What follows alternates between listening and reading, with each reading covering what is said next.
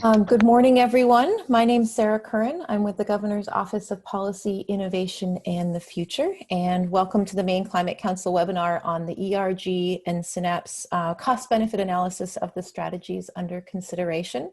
This is an opportunity for Maine Climate Council members to learn more about the approach and findings of the ERG Synapse report, assessing the impacts climate change may have on the state's economy, revenues, and investment decisions. And that report, including an executive summary and 4 volumes, is available on our website at maine.future.gov under the heading Reports. The agenda today will include presentations and then Q&A opportunities for the Maine Climate Council members. Just a reminder to our public guests, thank you very much for joining and listening today. We will not do public Q&A. This is an opportunity for the Climate Council members to have their questions answered by ERG and Synapse. And with that, I'd like to introduce Charles Goodhue from the ERG Synapse team, and he'll get us started with our presentations this morning. Thanks, Charles. Great. And Sarah, can you see my screen right now? Yes, I can. That's right. Perfect. Again, thank you for that introduction, Sarah. So you will be hearing from myself, Charles Goodhue from ERG.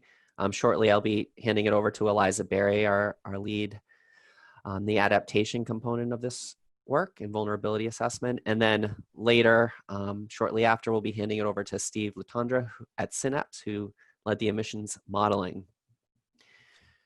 I'm just going to give a couple slides high level before we jump into the vulnerability analysis. So again, these are the names and emails of the 3 presenters today, myself and Eliza both at ERG, and Synapse who partnered with us. Steve is over there. Goals for today. We have a lot to cover, so we will be providing high level findings across the various emissions modeling and economic analyses, as well as the vulnerability assessment that we're about to jump into. We will also have an opportunity for some Q&A because we're going to be breaking up into different, talking about different work. We're going to have Q&A immediately following each discussion, and then we'll move on to a new topic. That way we can sort of try to close out those topics. I do expect that we'll probably have to cut off Q&A in some instances. So I'll have my email address available at the end for anything that might go over time. Again, we want to try to have equal opportunity for Q&A on each of the sort of areas of work we did. In terms of the product overview, what we did, we're going to start by talking about this volume 1 vulnerability mapping. That'll be Eliza. Steve is going to focus on the volume 3 energy modeling. We're just about done that. Steve and Synapse are actually just finalizing a final run for the energy group there.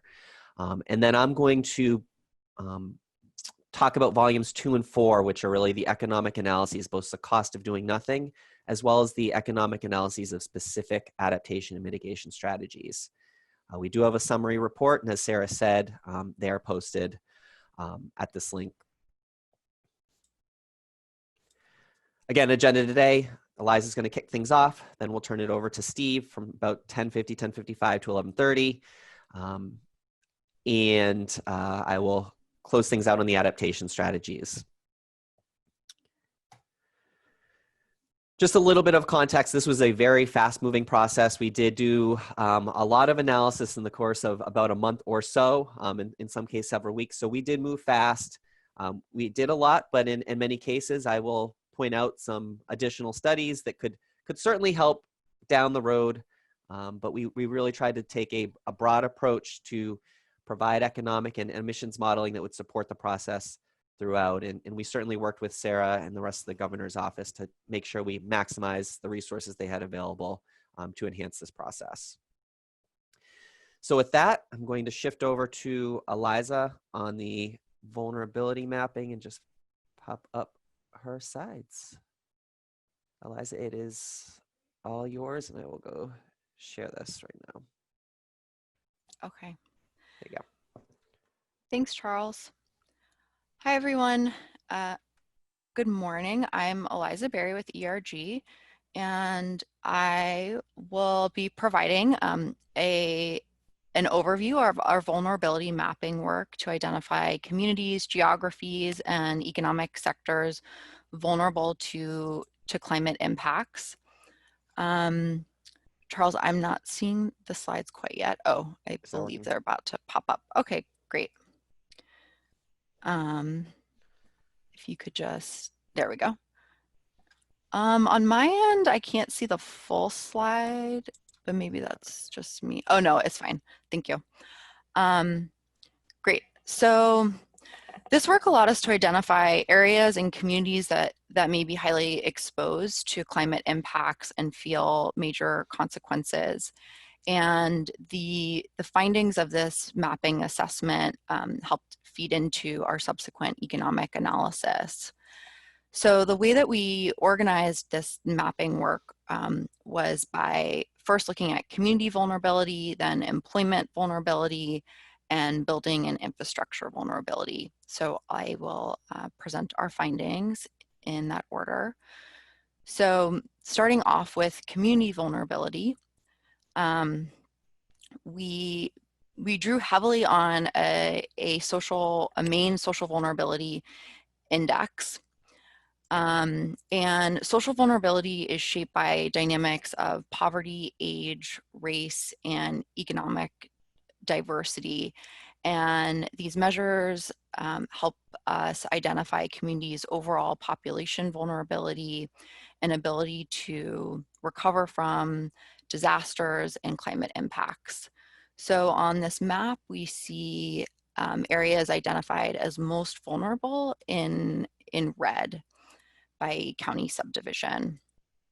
So taking a look at our next slide, what we did was we overlaid data on social vulnerability with sea level rise so that we can get an idea of where are those communities that are going to be most impacted by sea level rise and have potentially have a tough time, particularly tough time dealing with those impacts and recovering from them.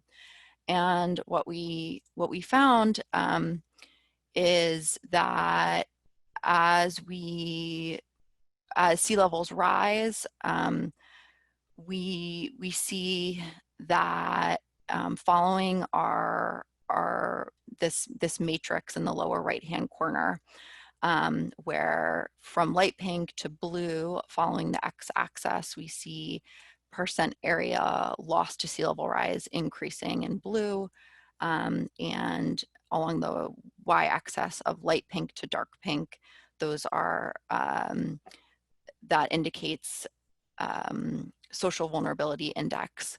So high social vulnerability being in dark pink. We see that as sea levels rise, we see an increase in the number of communities that appear in the dark purple box, in the dark purple color, indicating that they are both highly affected by sea level rise and will have a hard time recovering due to social vulnerability. So if we scan through from 1.6 feet of sea level rise to 3.9 feet of sea level rise, if you can go to the next slide, Charles. And then from there to 8.8 feet of sea level rise, we see those dark purple communities popping up, with communities in primarily down east and the Penobscot Bay Islands turning to that dark purple color. So those are communities that we should be concerned about as sea levels rise towards the end of the decade, especially as we have larger storm surges. And from here, I'd like to take a look at the work we did on looking at populations that are going to be vulnerable to high heat days. For high heat, we looked at variables of communities that are variables of communities that are going to be impacted specifically to extreme heat days, which are expected to increase in number over the coming decades. So these are communities that are over 65 and living alone, under 5 years old, no air conditioning, low population density. So we identified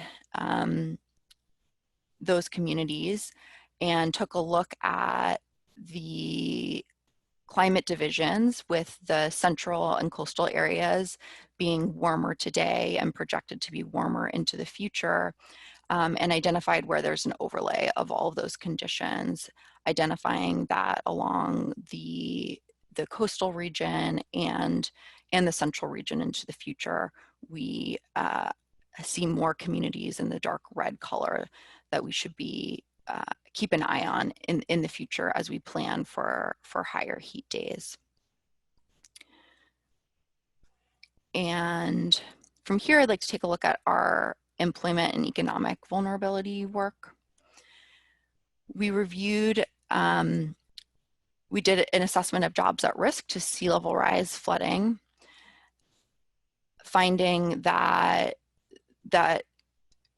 there are jobs exposed to sea level rise flooding, not only along the coast, but also moving inland along waterways. So as we look at the scenario of 1.6 feet of sea level rise, and then 3.9 feet and 8.8 feet of sea level rise, we see that even jobs around the Bangor area are impacted by sea level rise inundation, given the tidal influence of the river system.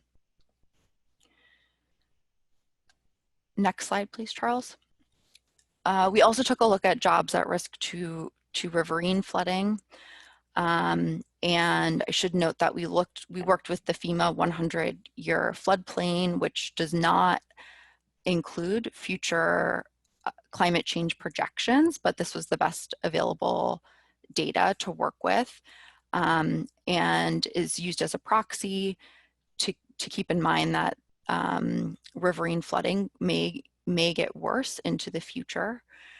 And we found that there is, flood risk across the state, across the river systems, and could affect jobs across the floodplains of the state.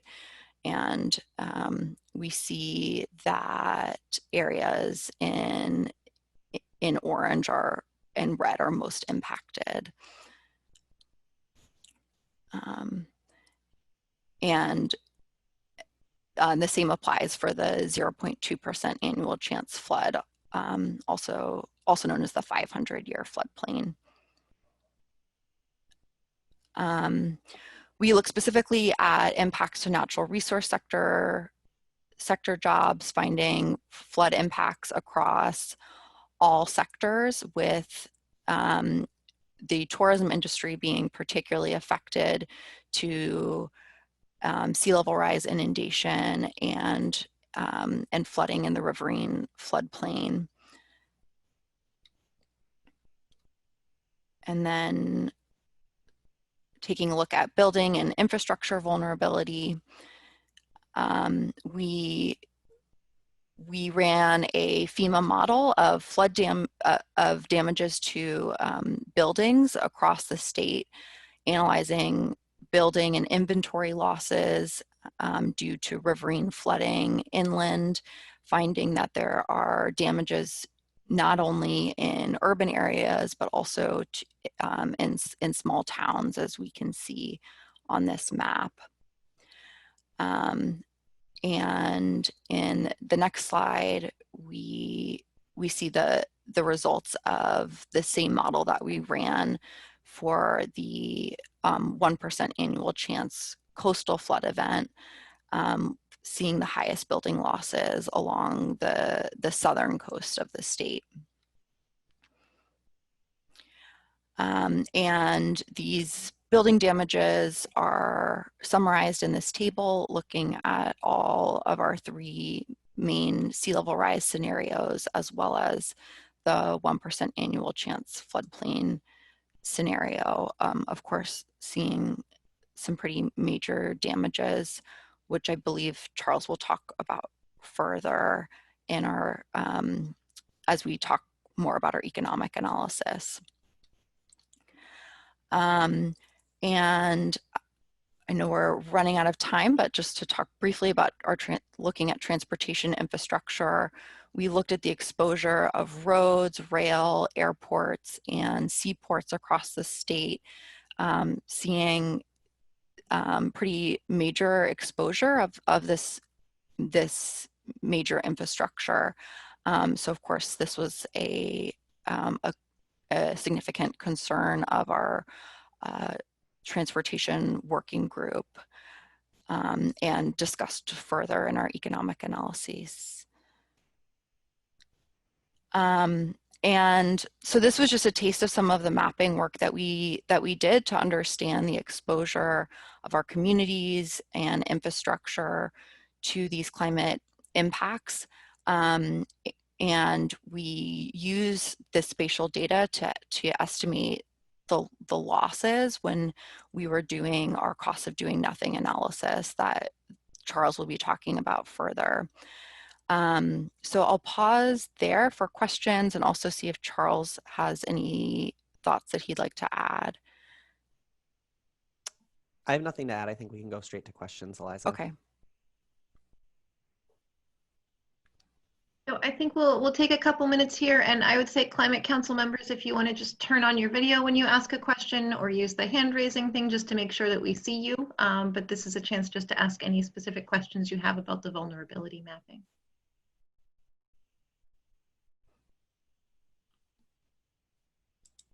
I have a question. The vulnerability, as I said, we did this very quickly. Is there, what other analyses would you recommend that we do? Or do you think, is there something that's missing, I guess, because of time?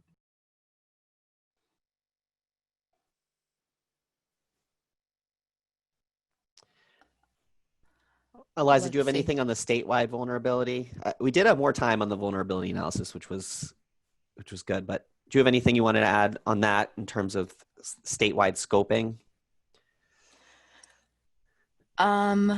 Let's see.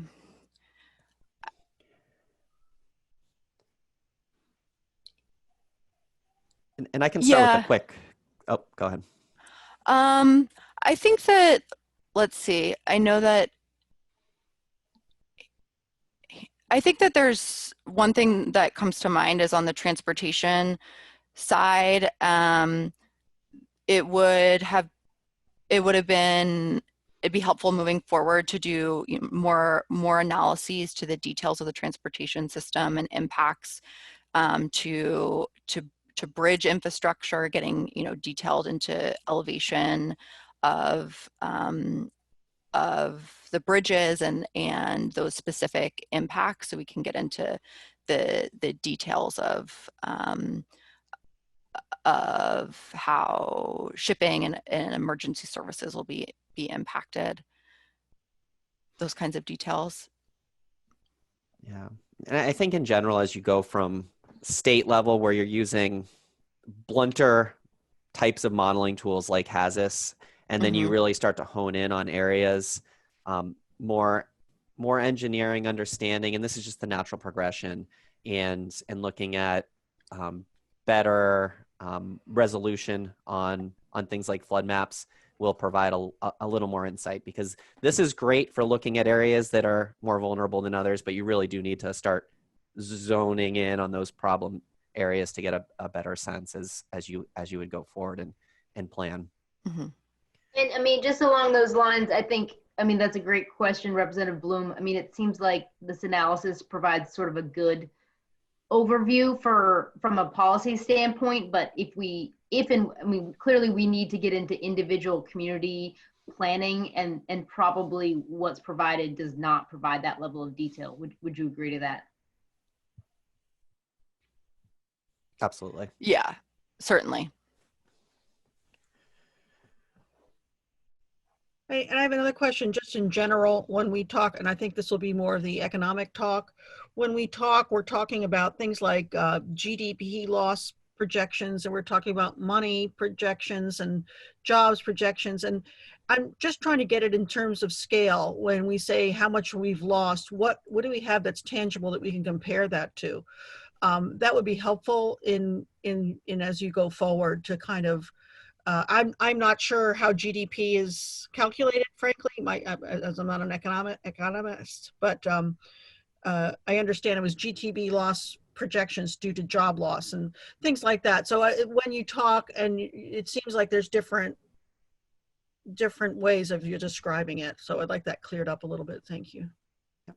That's a great question, Representative Bloom, and I'll make those points as we go through the economic portion, but it's certainly in many of these cases we're talking about 1 to 4 or 5% of sort of loss across the state. But I'll try to go through those in the individual situations as we address that. And if you're able, are you going to be able to tune in for the next 30 minutes or so? Oh, yeah. Or, okay, great. So we'll handle it then, and feel free to follow up with Q&A if we need to dig more in. Thank you.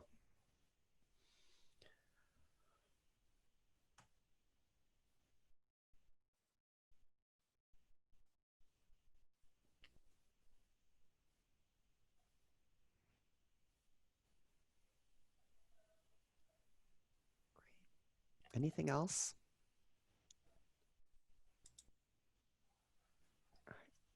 I'm going to stop sharing my screen and turn it over to Steve Latondra with Synapse for emissions modeling. Great, thanks.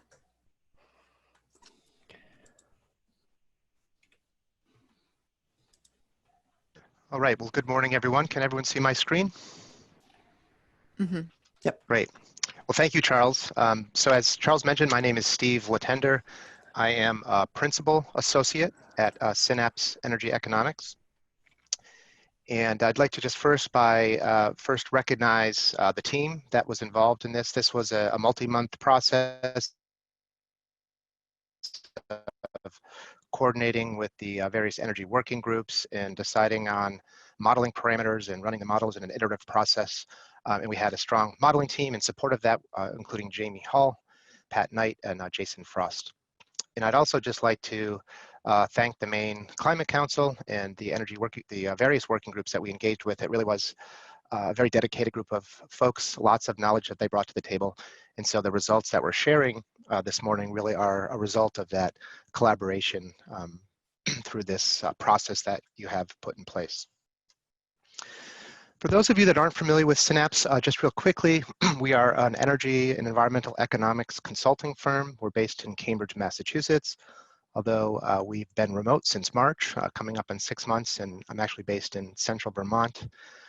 We have 30 plus consultants with a variety of expertise in electrical engineering, economics, and policy.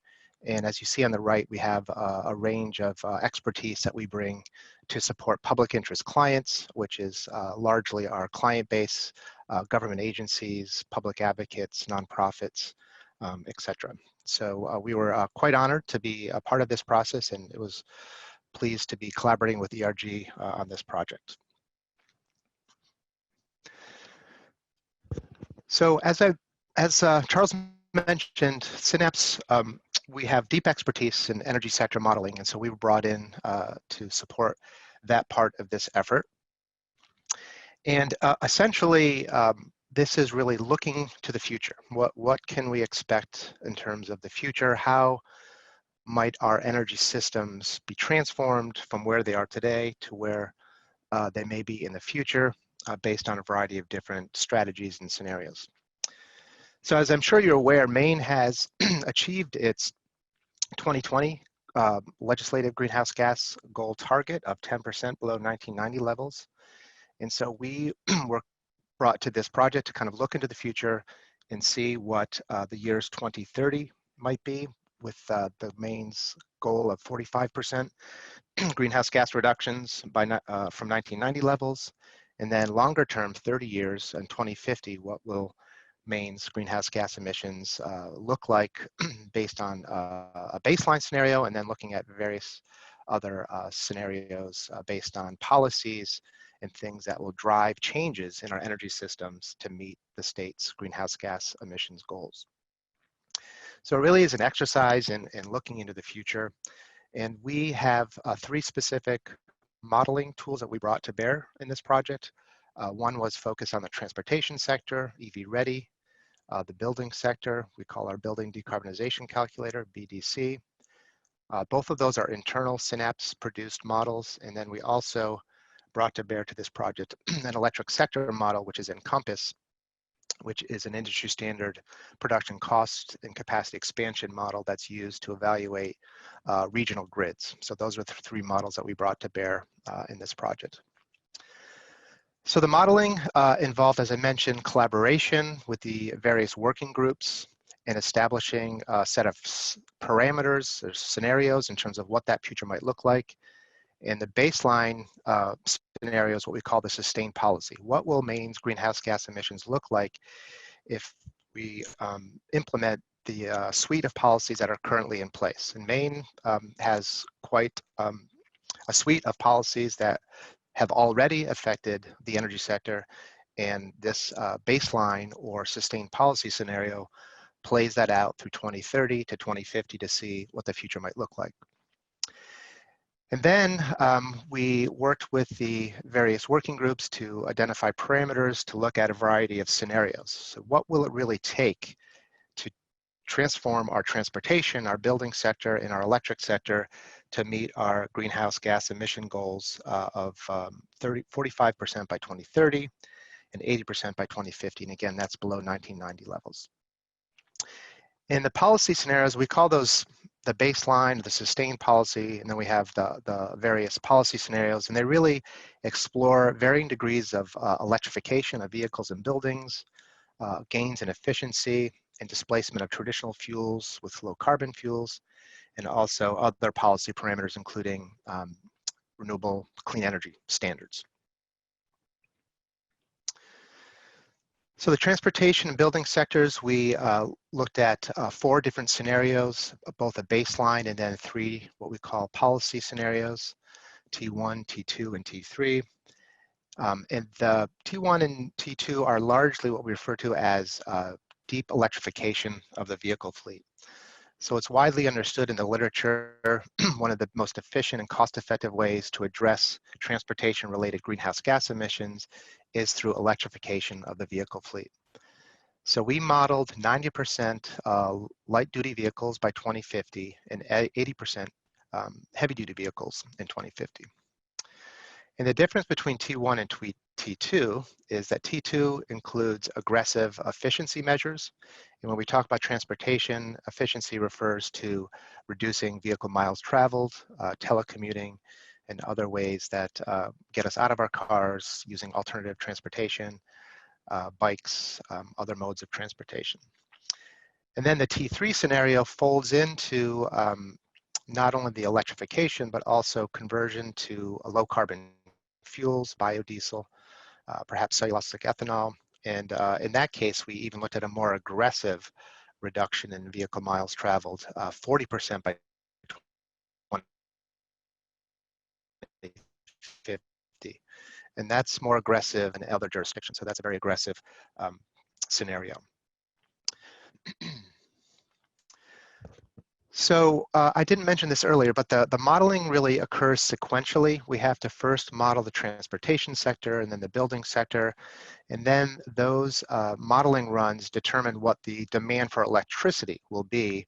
For electricity is fed into our electric sector modeling analysis. So what I'm showing you here is the increased demand for electricity for transportation purposes based on the 4 scenarios that I just described. So the yellow scenario is the T1 scenario with deep decarbonization, 90% light-duty vehicles, 80% heavy-duty vehicles by 2050 with just kind of baseline efficiency.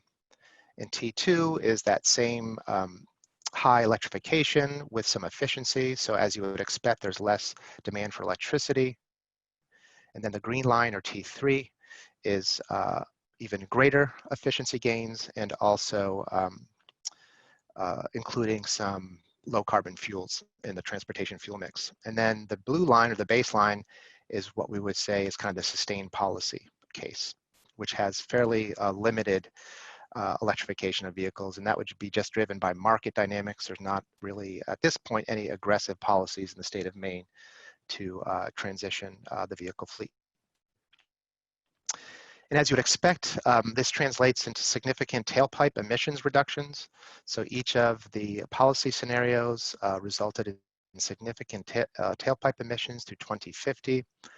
And again, what you're doing is you're displacing tailpipe emissions, because much of this is driven by electrification of transportation, for stack emissions from power plants.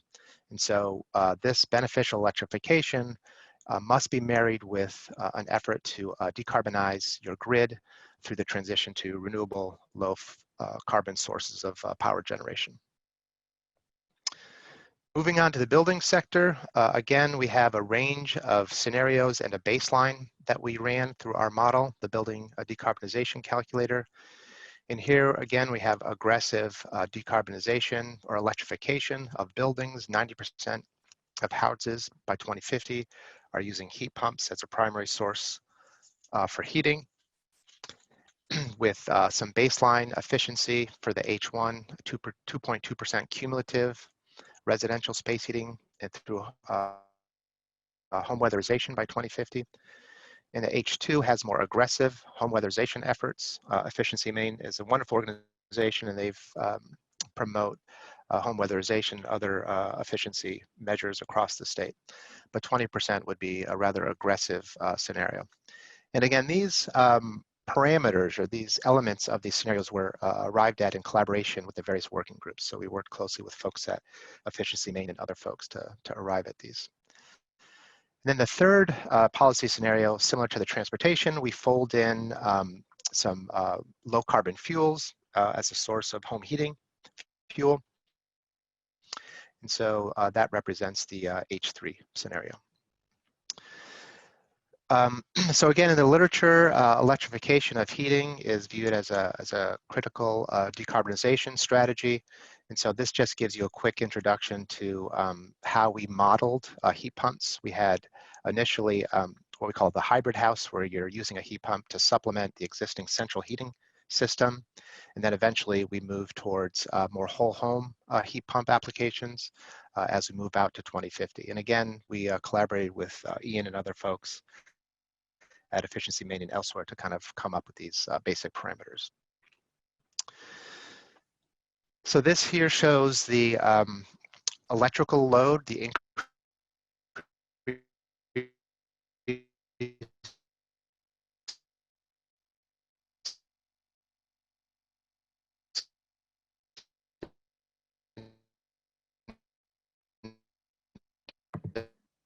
demand for Steve, we seem to have lost you. Are you with us, Steve?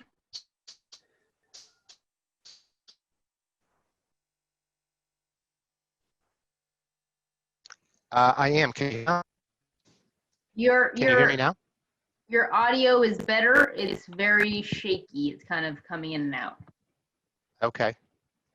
You want to try turning off your videos or audio, Oh, or yeah. sorry, video, Steve? Maybe that'll help with your audio. Okay.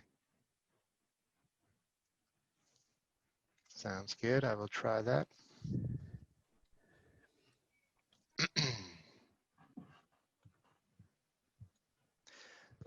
Did that help at all? Sounds good right now. Okay.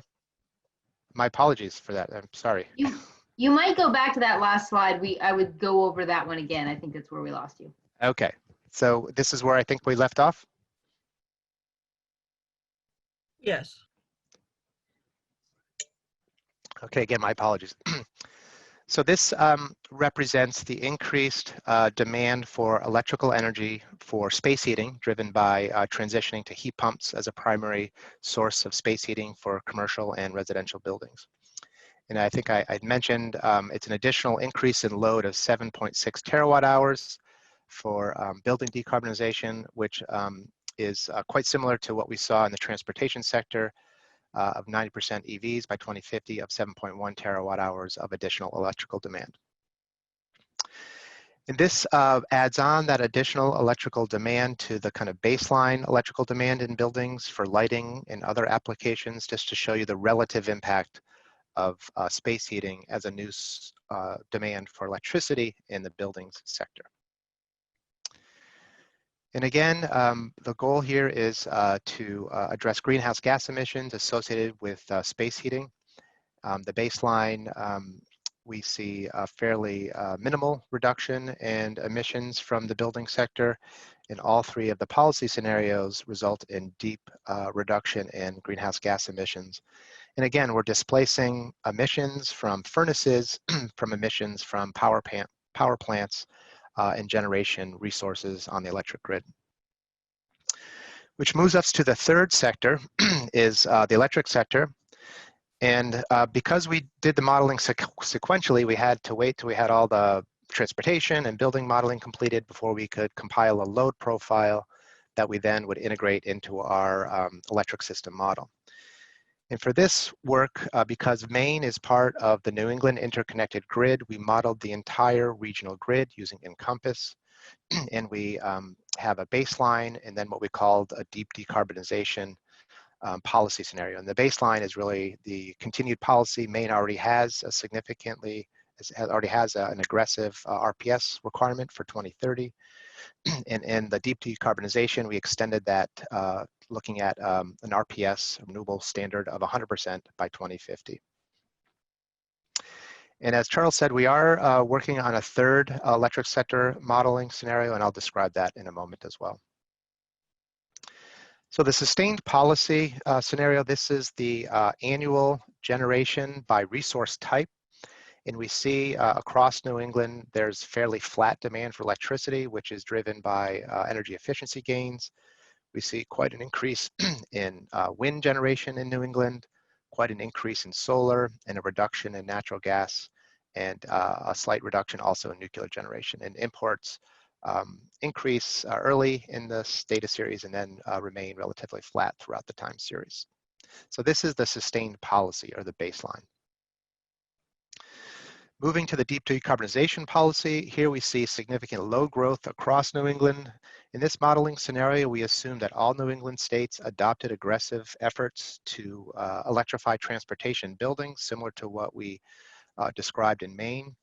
However, we did not assume that all New England states adopted the same 100% renewable portfolio standard that we modeled for the state of Maine. We assumed that the existing clean energy standards are in place in the other New England states. So as a result, what we saw in our modeling is we see, again, increased growth in wind and solar, again, significant growth in demand for electricity, and much of that increased demand for electricity is driven by natural gas. So the model that we use uses price forecasts, it uses economic optimization, and in that process, it's selecting natural gas as a low-cost source of energy generation to meet the increased demand for electricity for transportation and space heating. And the policy scenario we are currently modeling, we'll be modeling soon, assumes that all New England states adopt a similar high renewables policy goal as we assume for the state of Maine. So it'll be interesting to see what the economic optimization delivers in terms of the New England-wide grid, given that, that scenario. So this is just a quick assessment of kind of how the system transforms in the state of Maine. We see significant growth in the decarbonization policy above the sustained policy, the baseline scenario, significant growth in solar, DG, a particular non-DG solar, utility scale solar, significant growth in energy storage. Energy storage becomes a low-cost form of peak capacity. Emissions do decline by a small percent in the decarbonization policy scenario, but they are higher than they would be in the sustained baseline policy scenario. And that's, again, just for the electric sector. And what we're seeing is we're moving emissions from the transportation and the building sector into the electric sector with a high renewable scenario economy-wide emissions are on the decline, and that's really what is of interest to policymakers and planners in the state of Maine. Okay, which moves us to the economy-wide emissions. I know I'm running out of time here. The baseline, the sustained policy scenario, if we just have what is currently in place in the state of Maine in terms of policies and programs, Maine would not achieve its greenhouse gas emissions reduction goals. Emissions would reduce through 2030, but then they would begin to level off through 2050. And based on our modeling, the decarbonization policy scenario, we see a significant reduction through the time series from 2020 down to 2050. However, based on our modeling analysis, we don't quite meet Maine's greenhouse gas emissions targets based on the way that we established that scenario.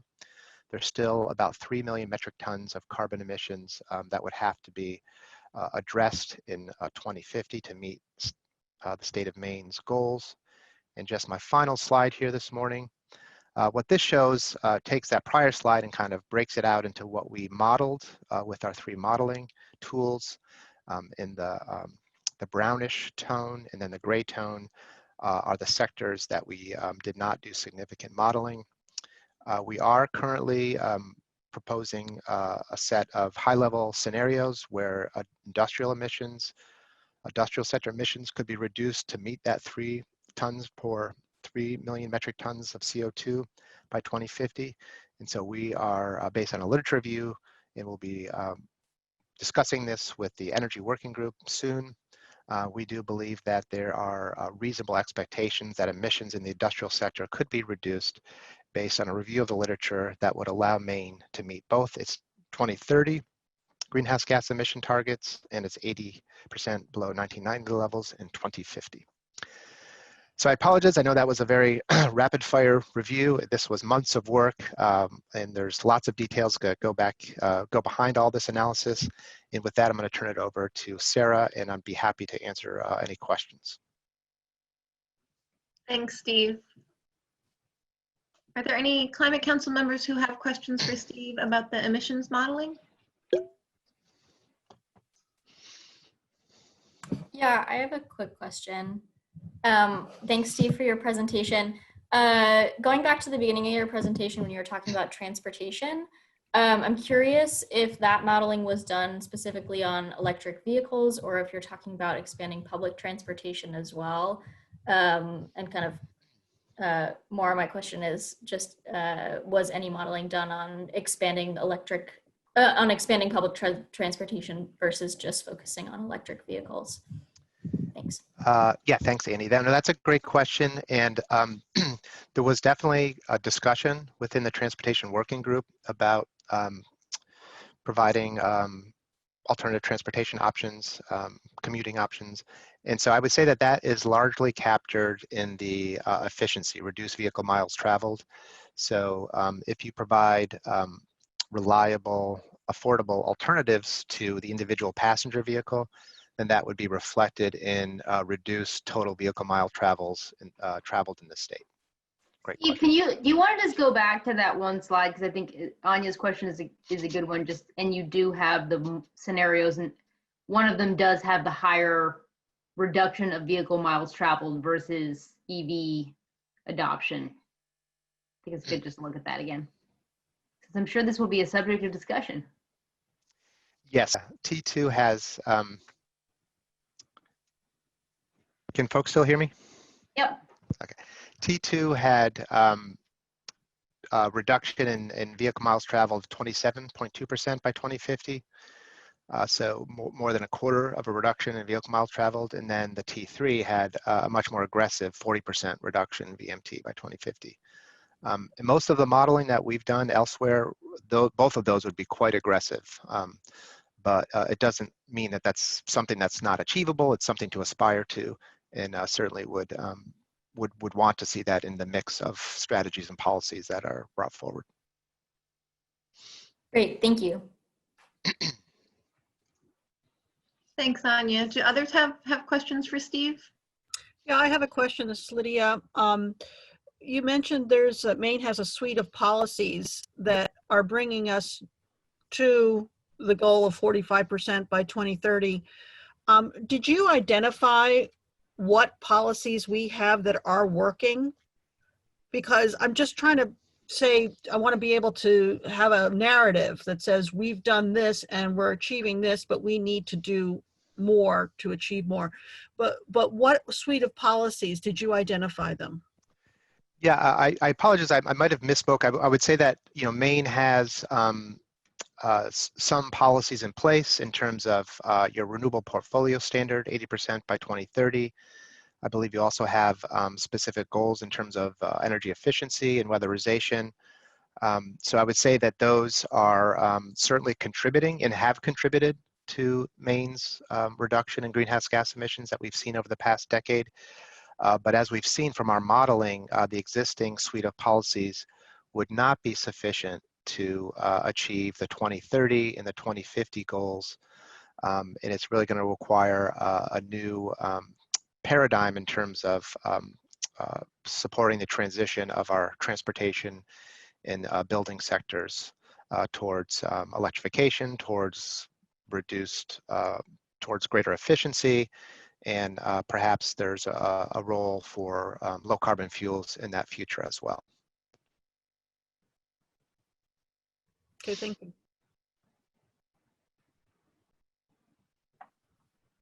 Thank you, Representative Bloom. Any other specific questions for Steve on the emissions modeling?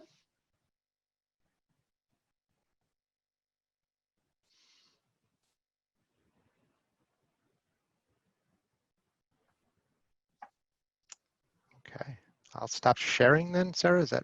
Okay, thanks, Steve. Okay. Thank you all.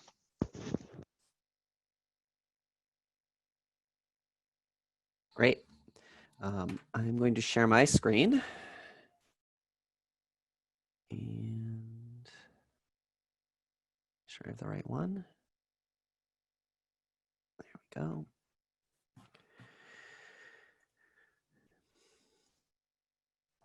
All right, does that look like in slideshow form to folks, some mitigation economic analysis?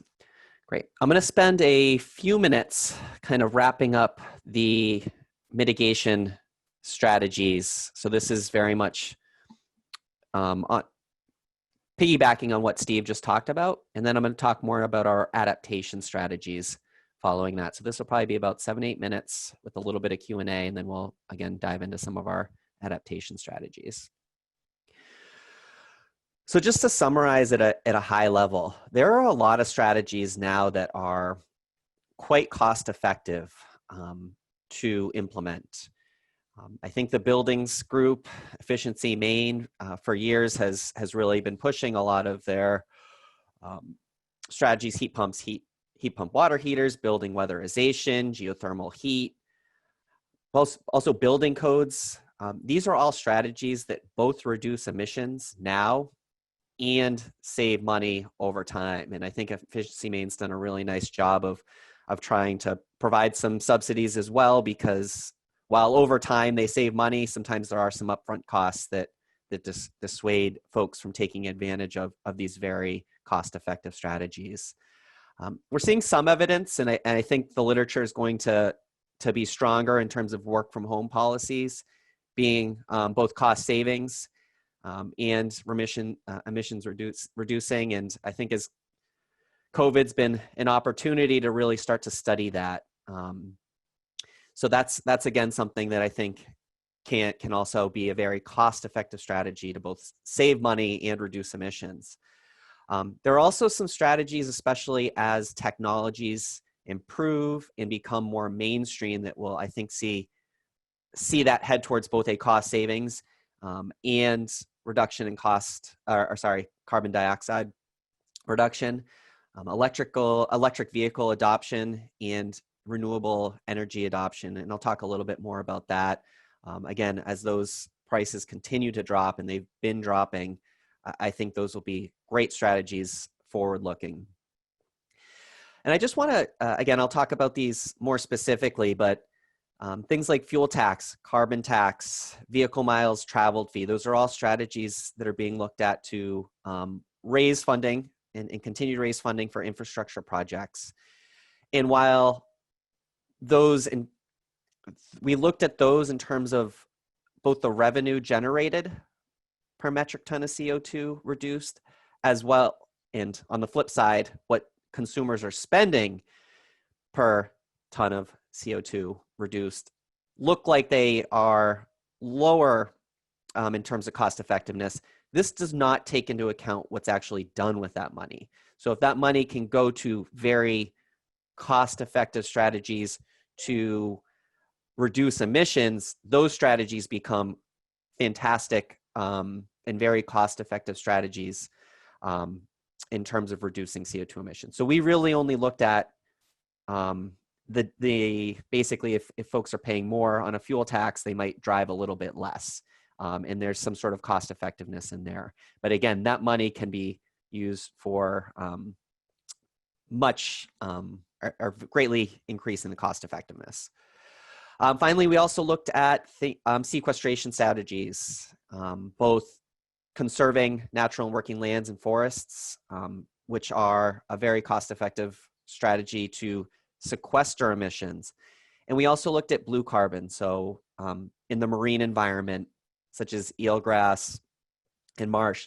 And while that's less cost-effective to reduce CO2 emissions, essentially by sequestration, those can be particularly important if you site them in the right spots, those projects, to have those ecosystem service values, such as flood protection in particular. And those then become very great strategies. So there's a lot of great strategies on this list. This is a summary of some of those. And I think really all of them have their place both now, in the future, as we go forward, particularly when they're implemented in the right way. So I'm going to talk about just a high level, a few more of these.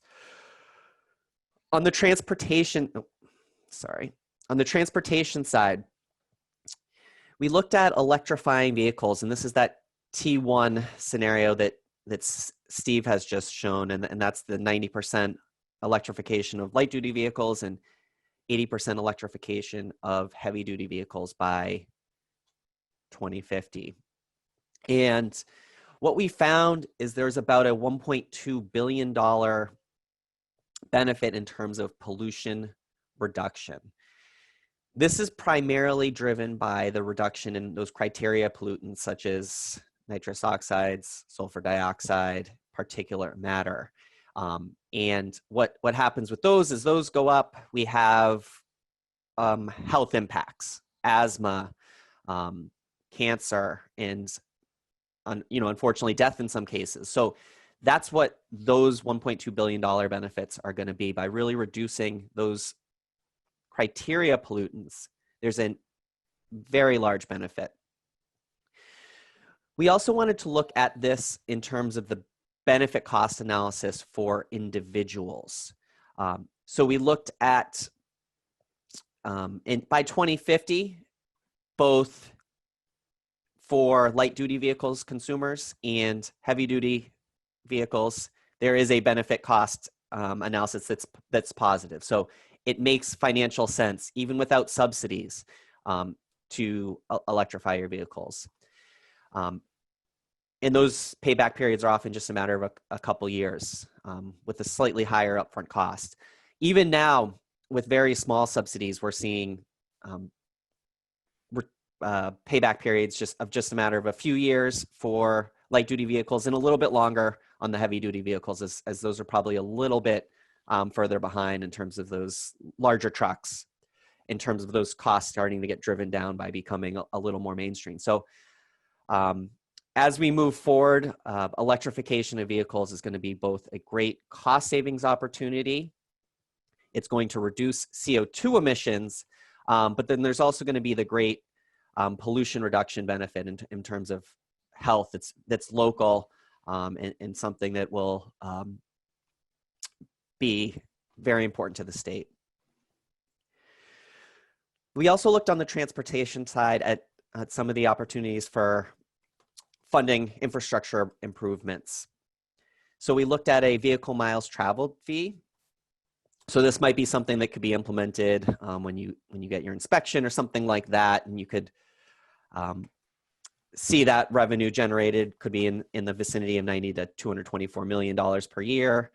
The cost of that in terms of reducing CO2 is about $1,200 of revenue or cost to the consumers per metric ton of CO2 reduced. And again, that does not look at how that money is spent to further decrease emissions, whether it be on public transportation, incentives for working at home, more walking or biking. That number is going to be greatly enhanced based on how that money could be used. Maybe it helps address equity issues. So again, I really don't want to say that's our final number. That's just a part of the number. Another strategy looked at here is a carbon tax revenue. That comes out to about $230 per metric ton of CO2 reduced, and that would create about $54 to $90 million in revenue. And finally, a 10% fuel tax, I think on the current tax of about 30 cents per gallon would generate about $20.4 million and have a cost effectiveness of about $160 of revenue to the state, or again, costs to the consumers per metric ton of CO2 reduced. And again, all three of those strategies would exclude any of the benefits from those actual projects reduced. So this is, again, is not a final number. It's just some context to look at the effectiveness of those strategies. We worked with the buildings group. Michael, Anastasia, and Ian provided some very helpful information that we looked at, assessed, and combined with some literature review information. We also did some modeling of new construction based on building codes. So a few takeaways here. New buildings had, again, this is a situation of both a cost savings and a CO2 reduction. But what we found is the higher energy efficiency building codes could save about 60 cents to 75 cents per square foot over that 30-year life, or a 30-year period. And what we found is multifamily was slightly less, but again, just under 40 cents per square foot cost savings over time, the modeling. We also looked at cleaner heating and cooling and weatherization. So those are some of the strategies I had in the summary. Heat pump water coolers, geothermal heating and cooling, weatherization. And again, these were all strategies that now in today's climate both save money and reduce CO2 emissions. So those, again, are strategies that Efficiency Maine has been pushing and really continue to make a lot of sense in the current environment from an economic perspective.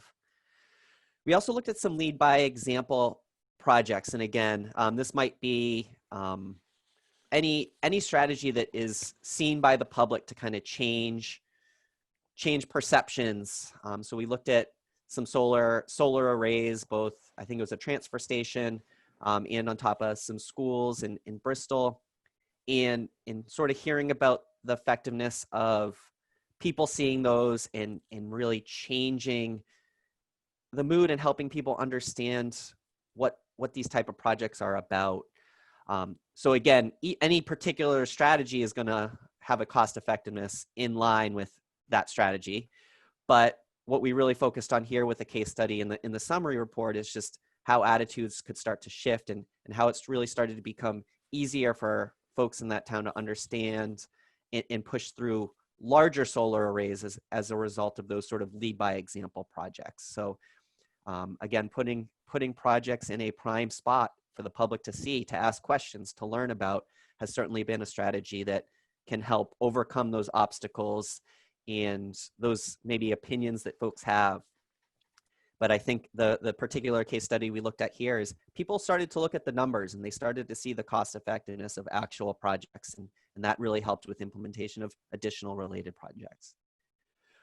Outside of the buildings group, but very much related, I think this was in the public health side, we looked at some case studies on lighting and HVAC for some hospitals. And again, we were seeing payback periods of just over 2 years for many of these projects. So these were great opportunities in hospitals to, again, have great return on investment, cost savings. After just a couple years, you're starting to pay back your original upfront fee or upfront capital cost, and continuing to save beyond year 2.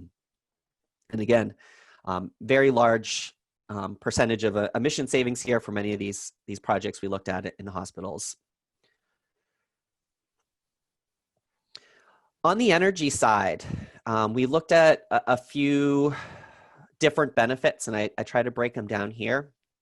So we looked at increasing both renewable energy and distributed generation, and we based this on a couple of the scenarios Steve had presented earlier, sort of that T1 electrification scenario with what I just gone over, the 80% electrification in 90%, 80 and 90% electrification of heavy and light duty vehicles, as well as the, I believe it was the H1 scenario that we went over to look at the impact on the energy grid. So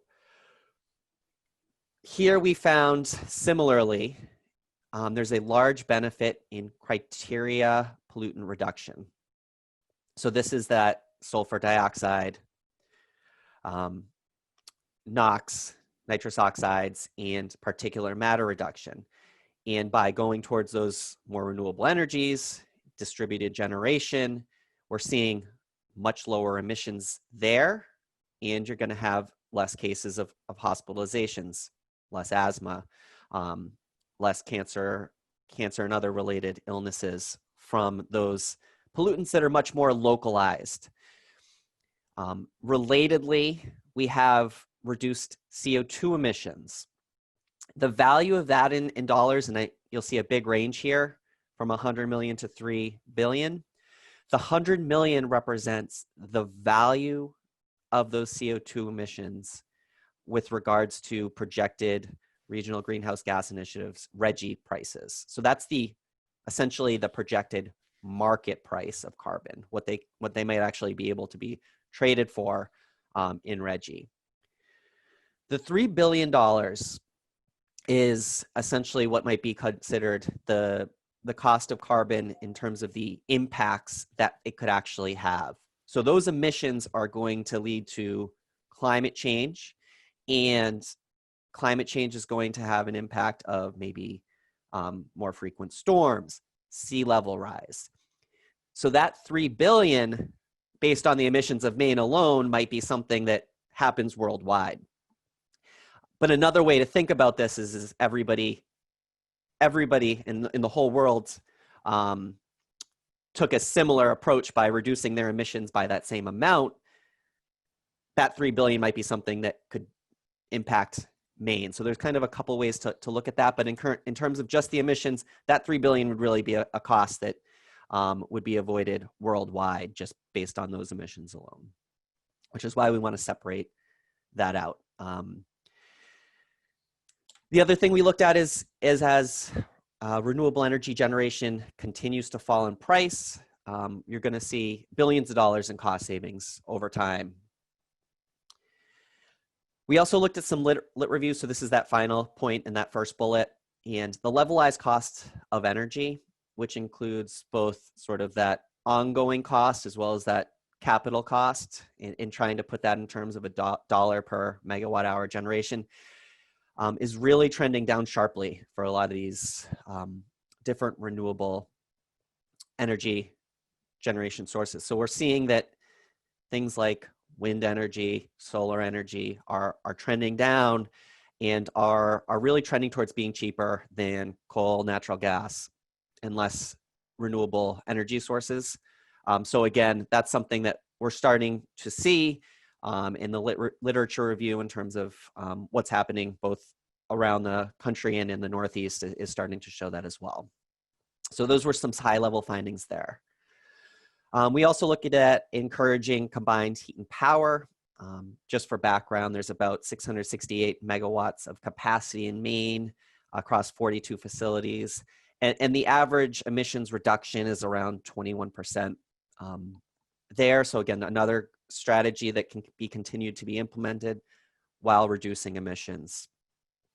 And we also looked at the renewable fuel standard a bit, looking at anaerobic digester. So that's sort of a methane capture, could be in wastewater treatment plants. It could be of landfills where you capture and use that methane. Is a reasonably cost-effective strategy, and again, as those technologies continue to improve, has been improving dramatically. And we looked at biodiesel as well. So maybe it's for home heating, and looking at mixing biodiesel in to petroleum diesel for home heating, and seeing that is both currently cheaper and can reduce criteria pollutant slightly compared to sort of the current petroleum diesel. So again, that was based on some of the literature we were finding recently.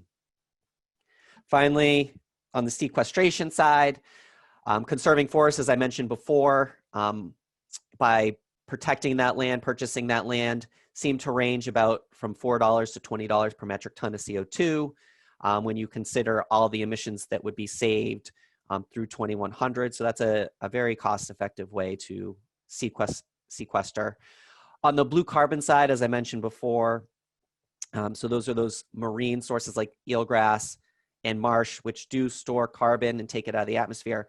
Those are less cost-effective in terms of simply looking at the benefit they play in sequestering carbon, but they are very cost-effective when you start to say, let's site these in these spots to protect certain valuable land and reducing flooding impacts. So again, when sited in the right spot, there are huge benefits to those type of projects. So that's very more of a strategic, let's pick out the right spot. And there's that co-benefit of sequestering CO2 emissions, whereas the conserving forests was a more cost-effective way in sequestering. I'm going to have about 5 minutes of Q&A here, and then we will move on to a few slides on the adaptation side. Does that work, Sarah? That's great. Thanks, Charles.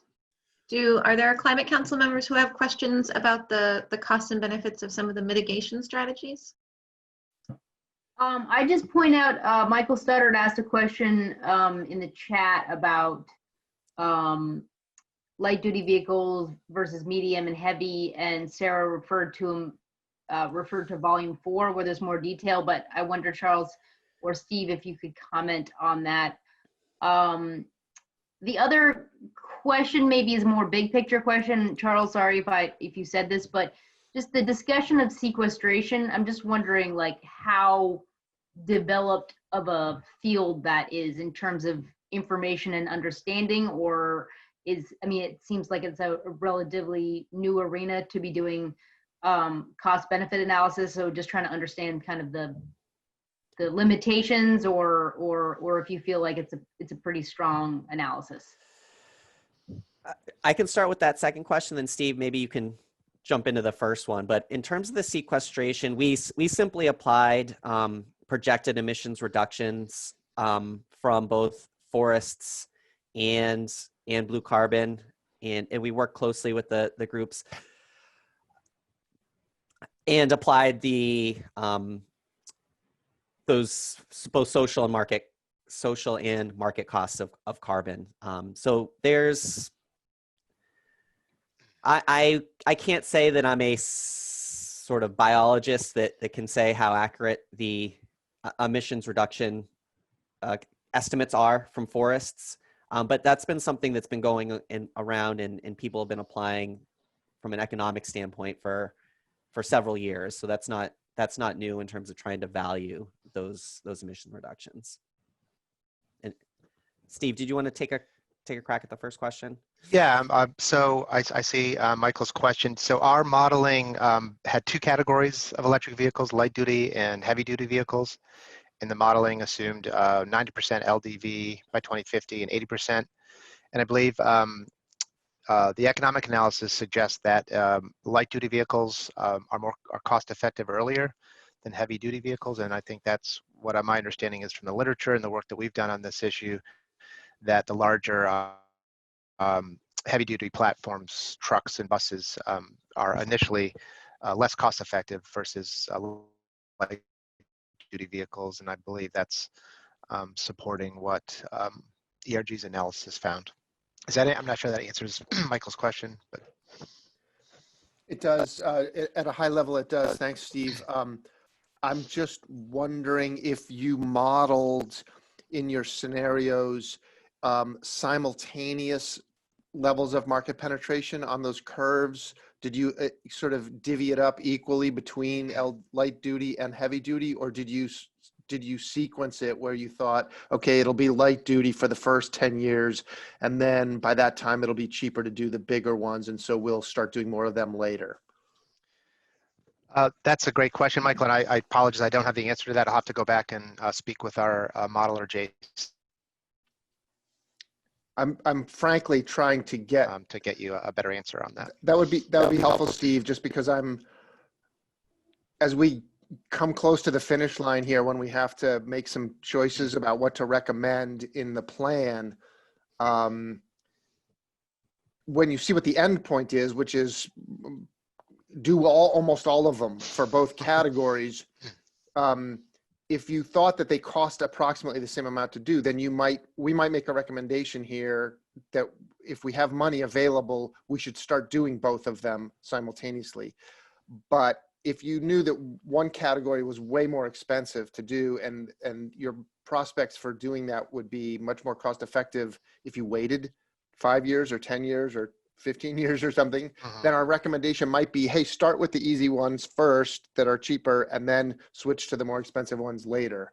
And if it was a big difference in cost, that might be a useful recommendation for us to make. But I'm just curious if you had any thoughts on that, or if the modelers did. Yeah, and I can say on the cost side that if we're talking about light duty versus heavy duty, we're seeing much faster payback periods for the light duty right now. So really the passenger vehicles, as opposed to sort of the freight industry in a sense.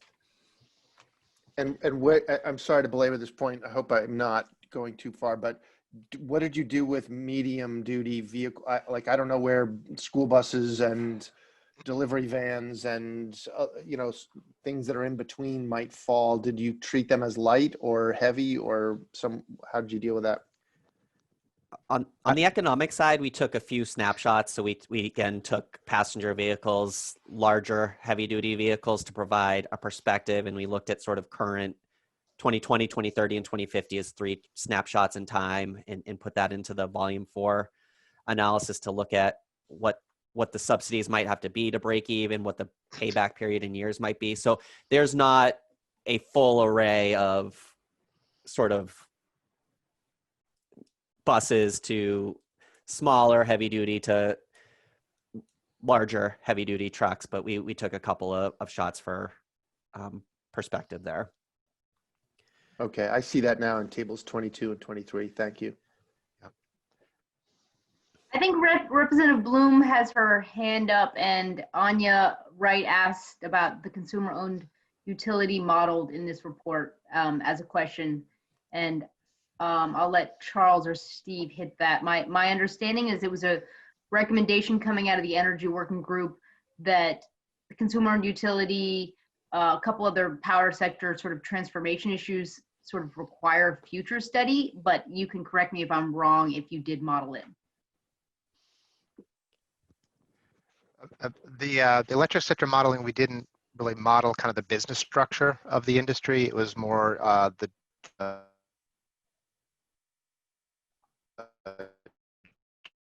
We're losing you again. Source of generation and the costs. Oh. So I was just saying, can you hear me? Okay. Yeah. I was just commenting that for the modeling of the electric sector, we didn't look at any particular industry structure. It was really sources of generation, the costs, and the emissions. So I don't know, Charles, if your team kind of evaluated it, because I think the benefit would be lower cost capital perhaps for a public utility entity? Yeah, and we didn't get too into that. I think in the report, I think it's a little more of a future analysis on the benefit cost side.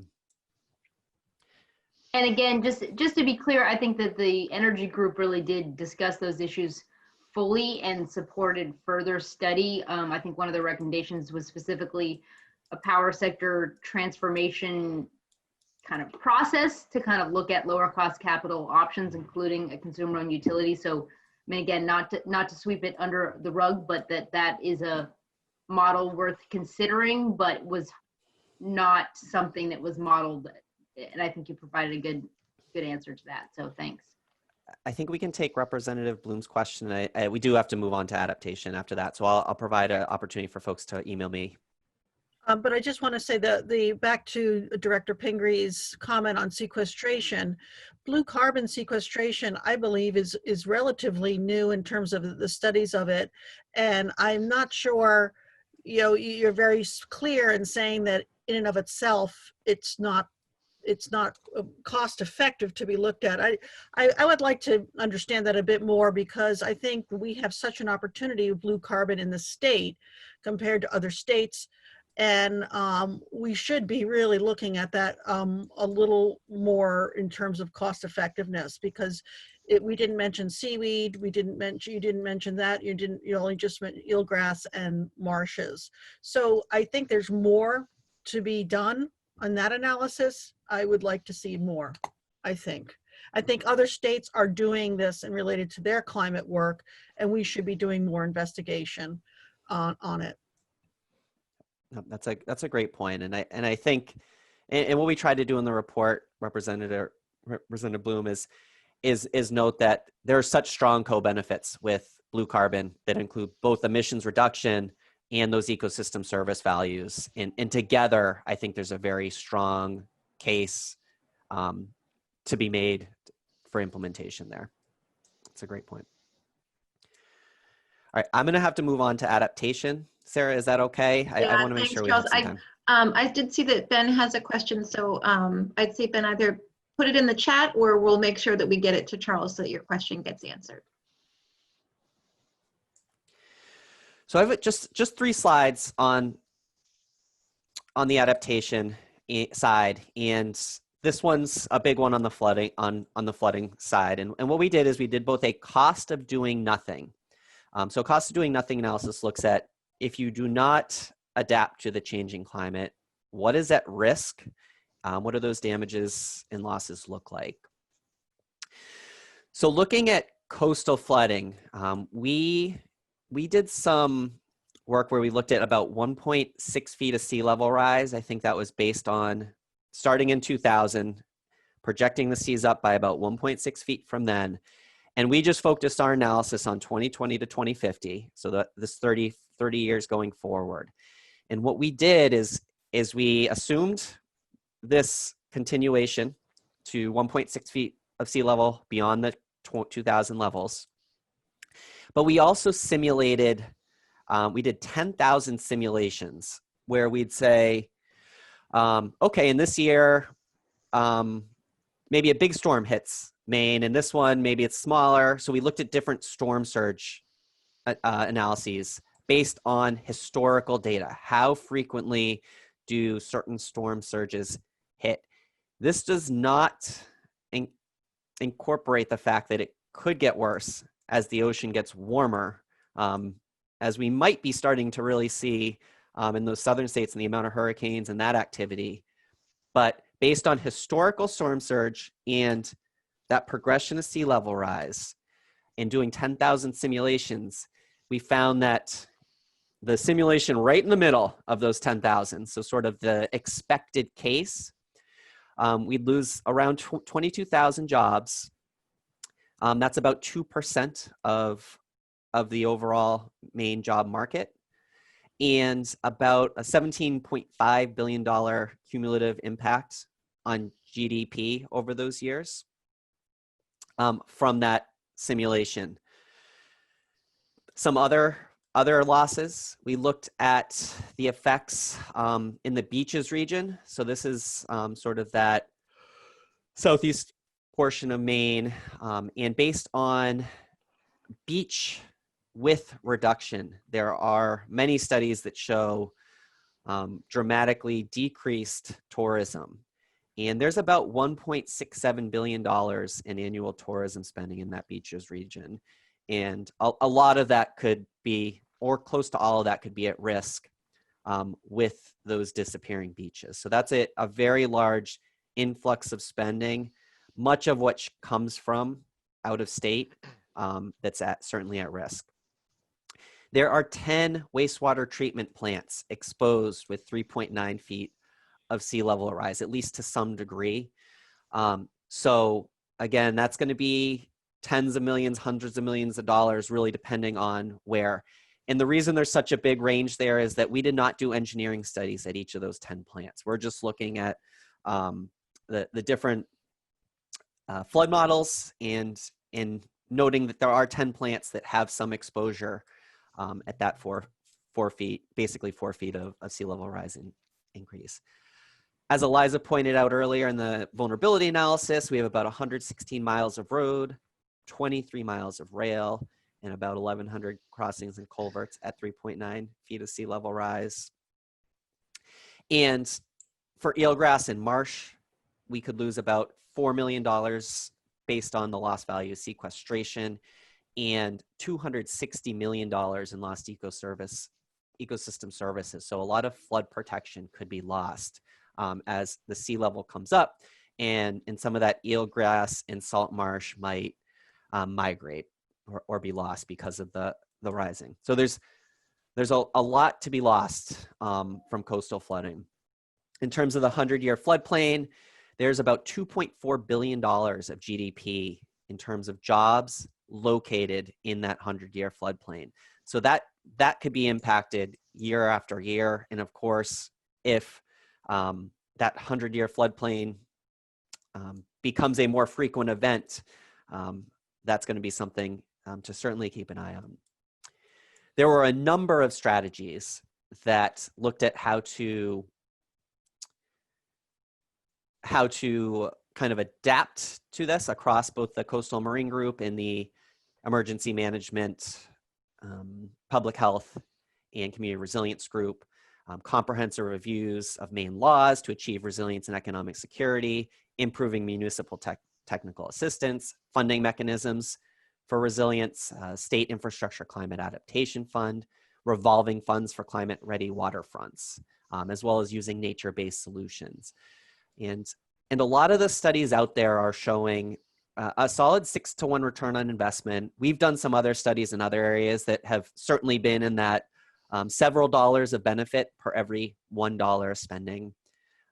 There's some great economic case studies in the Gulf of Mexico, which are basically showing a $2 to $9 benefit on marshes and wetlands for every dollar spent in investment. And that's really primarily in avoided damage. So those are some strategies that are really addressing this cost of doing nothing in the flooding arena.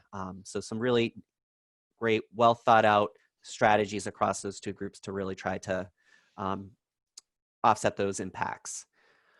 On the health side, we had Lyme disease costs of about 11.5 million, and LYME disease of about 11.5 million in 2018. So that's a benchmark for current hospitalization costs. Of course, depending on trends in Lyme disease, that could be something to continue to monitor, as that could potentially get worse over time.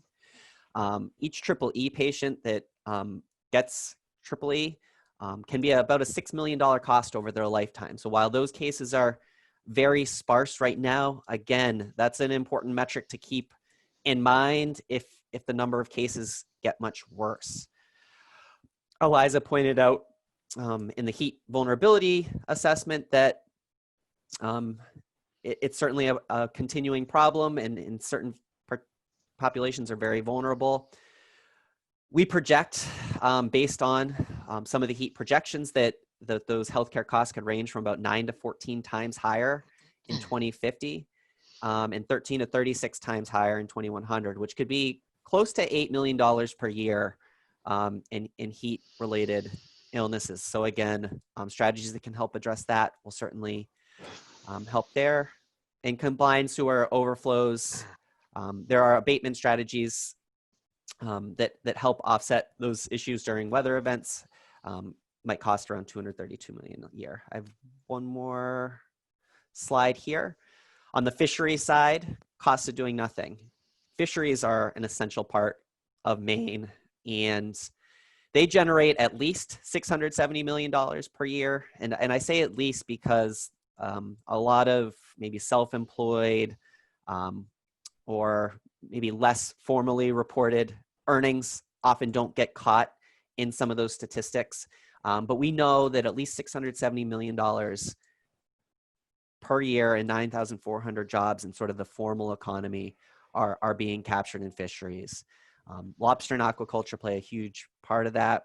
We have about $600 million in the state in annual revenue from lobster and aquaculture at risk. And we did a theoretical analysis here just to show the impact on the economy, and a hypothetical 50% decrease in the lobster industry through 2050 could lower GDP by almost $1 billion. So you're getting close to 2% of the overall industry that's certainly at risk there.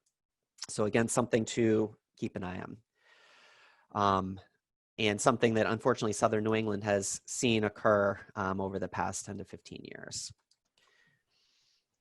So I could probably field one or two questions right now, but I'm going to leave my email up here so that we can, questions can come in afterwards. Thanks, Charles. And I just want to add for all the Climate Council members, I see that Benedict just posted his question in the chat. So Steve, maybe we can make sure we get back to him about that. And generally, I would say, please reach out to the GoPIF team if you have a question and you're not sure where it should go. Reach out to Charles directly and he can field the ERG and Synapse questions and get those directed. I'd also encourage you to reach out to the working group co-chairs. Joyce had an excellent response to Anya's question earlier about public transportation and modeling. Joyce Taylor, who was the co-chair of the transportation working group. So I would also encourage you to reach out to the working group co-chairs if you have specific questions about the work of the working groups or how they interacted with the cost benefit analysis. So Charles, we might have time for just one or two quick questions before we wrap up. Does it make sense to hit, I think Ben's question was pretty simple about or I don't know if simple is the right word, but Steve, is there a quick answer for that one? We do include in the volume 3, our Encompass modeling produces estimates of wholesale power market prices. So that is a part of our results. We did not model kind of the transmission and distribution level costs. I know that was an issue that was discussed in the energy working group. We did, I neglected to mention that we did look at managed charging of EVs and using battery storage technology and demand response to mitigate the distribution system impacts of increasing demand for electricity for home heating and transportation. It's a very complicated analytical process of determining what the impact on the distribution system in particular will be from